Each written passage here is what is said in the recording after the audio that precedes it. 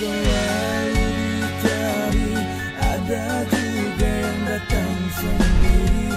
Jangan pernah ingkar janji, dijamin hidup serang hati.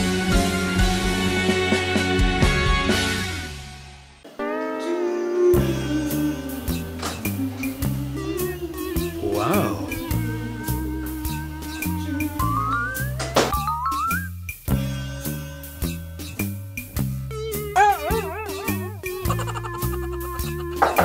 Woi, Luan.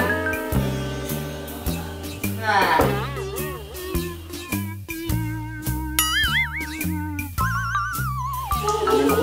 juga nih. Ada orang nggak?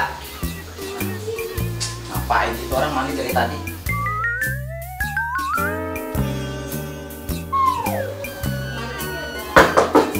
Woi, buruan, lama banget. Udah telat nih. Siapa sih nih?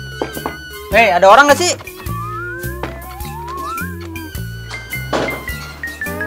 Masya Allah. Buruan, lama banget. Ente dari tadi di dalam.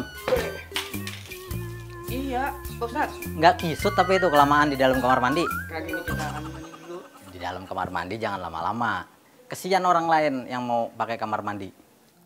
Sahabat, mandi tentu bukan urusan sepele. Karena ia menyangkut kebersihan badan. Ketika Allah memberi kita badan, tentu kita harus menjaganya dengan baik. Mandi menjadi salah satu cara untuk menjaga kebersihan badan kita. Itulah sebabnya di dalam Islam kita ketahui bahwa mandi memiliki sekian banyak aturan, adab yang menjadi bagian dari syariat kita. Penggunaan kamar mandi misalnya, jangan menggunakan terlalu lama di kamar mandi, jangan bersenandung di dalam kamar mandi, karena kita ketahui, bukankah dari doa masuk kamar mandi saja kita tahu ketika Rasulullah mengajarkan sebelum kita masuk kita diminta untuk meminta perlindungan dari al-khubus wal khoba'ith. Sebagian ulama menyatakan bahwa itu maksudnya adalah jin laki-laki dan jin perempuan. Itu isyarat sebenarnya. Kalaupun jin di situ maksudnya bukan makhluk halus, tapi itu adalah petunjuk dari Rasulullah bahwa kamar mandi adalah tempatnya kotoran. Dan tentu tidak baik untuk berlama-lama di tempat kotor. Sebersih apapun kamar mandi, sebaiknya kita menjaga kebersihan tubuh kita. Kemudian kita masuk ke tempat bersih-bersih dan kita ketahui bahwa untuk masuk ke dalamnya memiliki adab dan aturan, mestinya adab-adab itu kita lakukan. Selain itu sahabat, kita ketahui bahwa Rasulullah Shallallahu Alaihi Wasallam dulu sangat irit ketika melakukan mandi.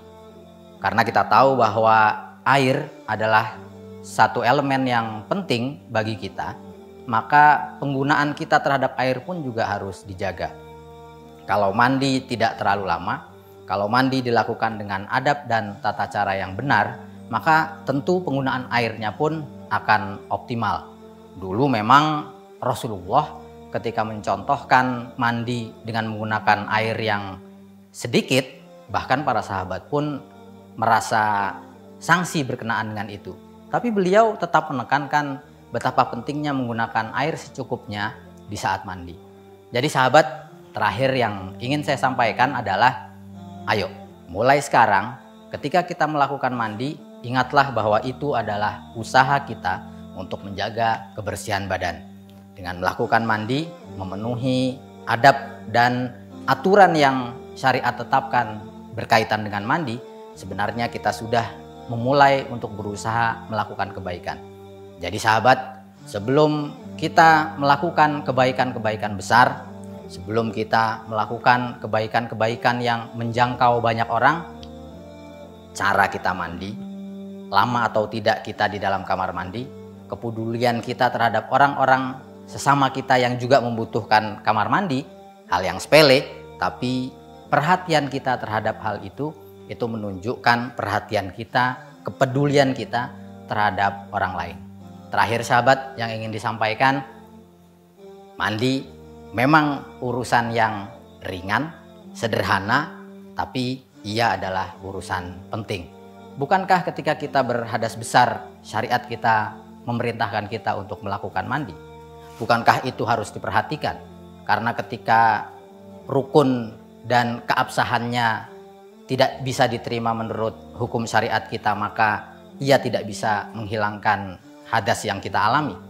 Dari situ kita ketahui bahwa kita mandi, siapapun melakukan hal yang serupa, kita umat muslim mandi, sementara umat lain juga melakukan hal serupa, tapi ada yang membedakan antara mandinya kita dan umat lain lakukan, yaitu kita melakukan mandi dengan kesadaran bahwa itu adalah salah satu bentuk kepatuhan untuk memelihara badan kita, membersihkannya, karena ia merupakan bagian dari amanat Allah yang harus kita jaga.